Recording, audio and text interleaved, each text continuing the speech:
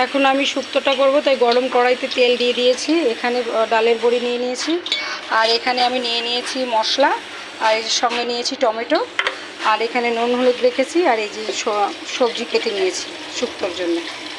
আমি এখন শুক্তোটা রান্না করব, তাই এখানে আমি দিয়ে দিয়েছি তেজপাতা, আর এখানে আমি ফোড়নে দিয়ে দেবো 5 ফোড়ন।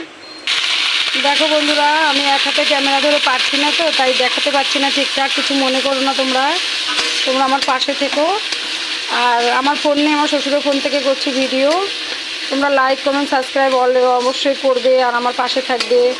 হ্যাঁ, আর এই যে আমি এখন ফোড়নে দিয়ে দিলাম কালো জিরে, তেজপাতা, আদা বাটা, জিরে বাটা দিয়ে দিয়েছি। এখন আমি এখানে দিয়ে দেব পরিমাণ মতো নুন আর হলুদটা দিয়ে দিলাম।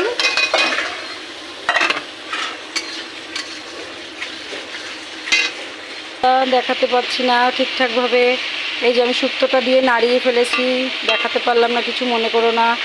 আর আমি কিভাবে ভিডিও করব কি না, কি ঠিকভাবে হয় কি না, তোমরা পাশে থেকে আমাকে বলে দিও। যদি আমি ভিডিও করতে পারি না, তোমরা আমাকে অবশ্যই সাপোর্ট করে বলো। বন্ধুরা দেখো, আমি টমেটো দিতে ভুলে গেছিলাম, এখন আমি টমেটোটা দিলাম। দেখো বন্ধুরা, দুধ তো পাইনি, তাই একটু হালকা টক দই দিয়ে দিলাম। বাস বাস বাস, আচ্ছা, টক দই দিয়ে দিই। বন্ধুরা, আমার এইটা প্রায় কষানো হয়ে গেছে, সাতলে নিয়েছি, হালকা জল দিয়ে দেবো সেদ্ধ হওয়ার জন্যে। আর এই পাশে রয়েছে কুচানো কুমড়ির শাক, হালকা ঝুড়ো ঝুড়ো করে ভেজে নিয়েছি। ভিডিওটি পুরো দেখবে, কেউ স্কিপ করবে না। ভালো লাগলে লাইক কমেন্ট সাবস্ক্রাইব করো, আর ভালো ভালো ভিডিও দেখার জন্য কমেন্ট করো।